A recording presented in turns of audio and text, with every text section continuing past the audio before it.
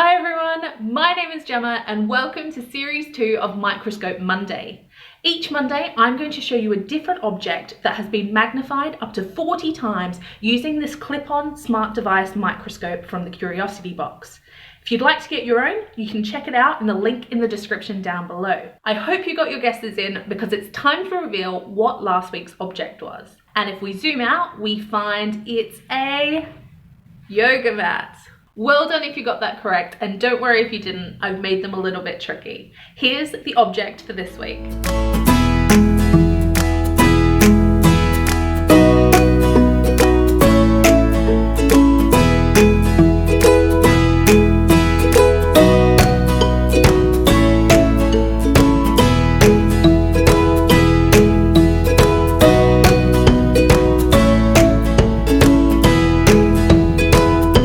If you have a guess, please leave it in the comments down below and come back next week to see if your guess was correct and to discover what the next object will be.